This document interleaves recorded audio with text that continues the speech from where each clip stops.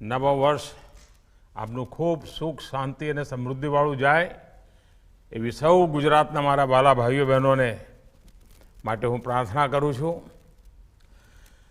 आप सभी को Arcelor Mittal Nippon steel India के हजीरा प्लांट का विस्तार होने पर बहुत बहुत बधाई।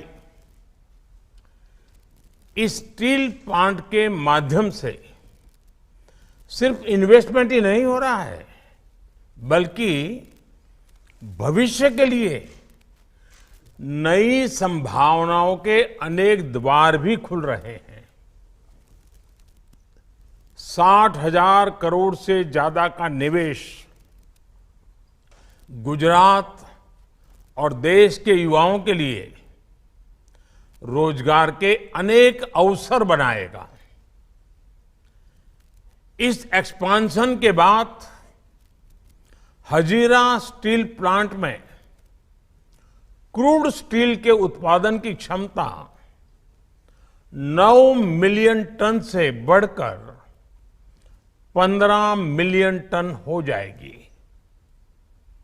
ये लक्ष्मी मित्तल जी को, भाई आदित्य को और उनकी पूरी टीम को बहुत बहुत बधाई देता हूं।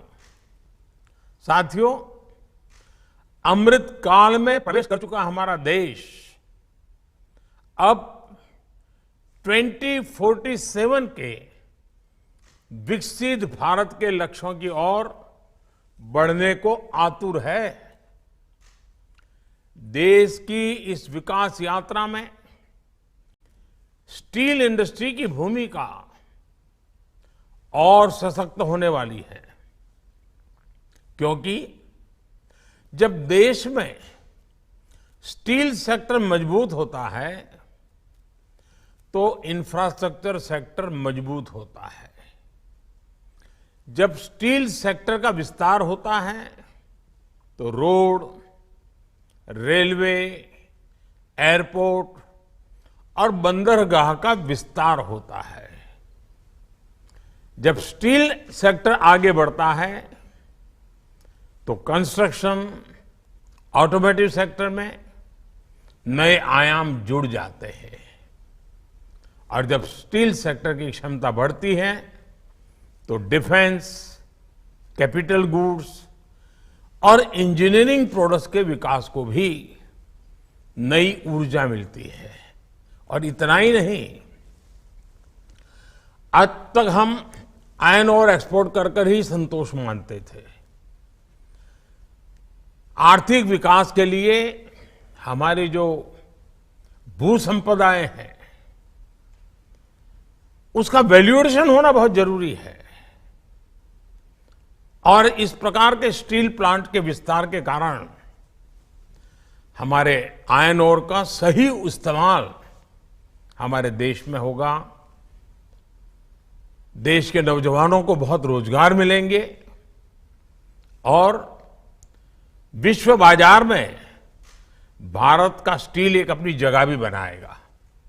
और मुझे बताया गया है कि सिर्फ प्लांट के विस्तार की ही बात नहीं है, बल्कि इसके साथ भारत में पूरी नई टेक्नोलॉजी भी आ रही है। ये नई टेक्नोलॉजी इलेक्ट्रिक व्हीकल के क्षेत्र में, ऑटोमोबाइल के क्षेत्र में, अन्य मैन्युफैक्चरिंग क्षेत्र में बहुत मदद करने वाली है।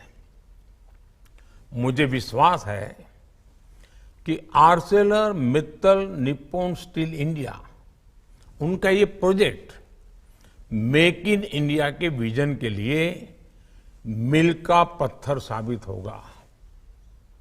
ये स्टील सेक्टर में विकसित भारत और आत्मनिर्भर भारत के हमारे प्रयासों को नई ताकत देगा।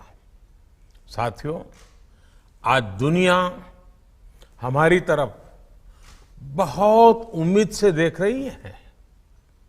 भारत दुनिया का बड़ा मैन्युफैक्चरिंग हब बनने की दिशा में तेजी से आगे बढ़ रहा है और सरकार इस सेक्टर के विकास के लिए आवश्यक पॉलिसी एनवायरनमेंट बनाने में तत्परता से जुटी है।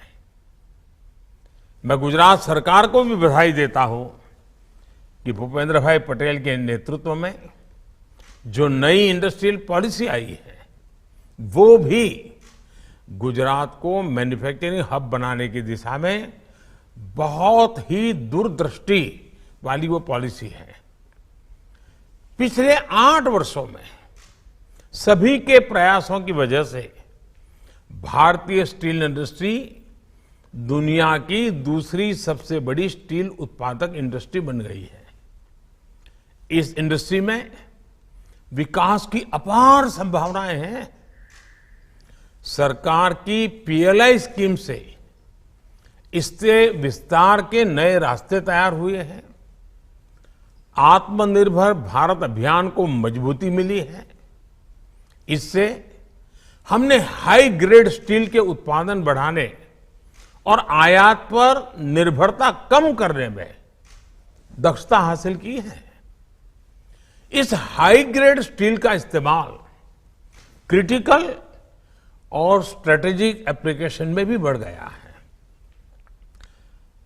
आपके सामने आईएनएस विक्रांत का उदाहरण है।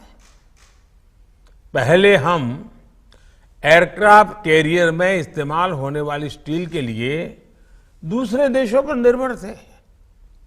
देश की सुरक्षा को मजबूत बनाने के लिए हमें दूसरे देशों की मंजूरी की दरकार होती थी। ये स्थिति ठीक नहीं थी। इसे बदलने के लिए हमें आत्मनिर्भर बनने की जरूरत थी और भारतीय स्टील इंडस्ट्री ने नई ऊर्जा के साथ इस चुनौती को स्वीकार किया। इसके बाद डीआरडीओ के वैज्ञानिकों ने एयरक्राफ्ट कैरियर में इस्तेमाल होने वाले खास स्टील को विकसित किया। भारतीय कंपनियों ने हजारों मीट्रिक टन स्टील को प्रोड्यूस किया और आईएनएस विक्रांत पूरी तरह से स्वदेशी सामर्थ्य और तकनीक से तैयार हो गया। ऐसे ही सामर्थ्य को बढ़ावा देने के लिए देश ने अब क्रूड स्टील की उत्पादन क्षमता को 2 गुना करने का लक्ष्य तय किया है। अभी हम 154 मिलियन टन क्रूड स्टील का उत्पादन करते हैं। हमारा लक्ष्य है कि अगले 9-10 साल में हम बढ़कर के 300 मिलियन टन उत्पादन की क्षमता हासिल कर लें। साथियों, जब हम विकास के विजन के साथ आगे बढ़ रहे हैं तो कुछ चुनौतियों का भी ध्यान रखना होगा। स्टील इंडस्ट्री के लिए कार्बन उत्सर्जन, कार्बन एमिशन ऐसी एक चुनौती है। इसलिए एक तरफ तो हम क्रूड स्टील के उत्पादन की क्षमता का विस्तार कर रहे हैं, तो दूसरी तरफ एनवायरमेंट फ्रेंडली टेक्नोलॉजीज के इस्तेमाल को बढ़ावा भी दे रहे हैं। आज भारत ऐसी प्रोडक्शन टेक्नोलॉजीज विकसित करने पर बल दे रहा है जो न सिर्फ कार्बन का उत्सर्जन कम करे बल्कि कार्बन को कैप्चर कर उसका दोबारा इस्तेमाल भी करे। देश में सर्कुलर इकोनॉमी को भी बढ़ावा दिया जा रहा है। सरकार और प्राइवेट सेक्टर मिलकर इस दिशा में काम कर रहे हैं। मुझे खुशी है कि एएमएनएस इंडिया ग्रुप का हजीरा प्रोजेक्ट भी ग्रीन टेक्नोलॉजी के इस्तेमाल पर बहुत बल दे रहा है। साथियों, जब किसी लक्ष्य की दिशा में पूरी ताकत से हर कोई प्रयास करने लगता है तो उसे साकार करना मुश्किल नहीं रह जाता। स्टील इंडस्ट्री को नई बुलंदियों पर ले जाने के लिए सरकार प्रतिबद्ध है। मुझे विश्वास है कि ये प्रोजेक्ट पूरे क्षेत्र और स्टील सेक्टर के विकास को रफ्तार देगा। मैं एक बार फिर एएमएनएस इंडिया की टीम को बहुत बहुत बधाई देता हूं, अनेक अनेक शुभकामनाएं देता हूं। बहुत बहुत धन्यवाद।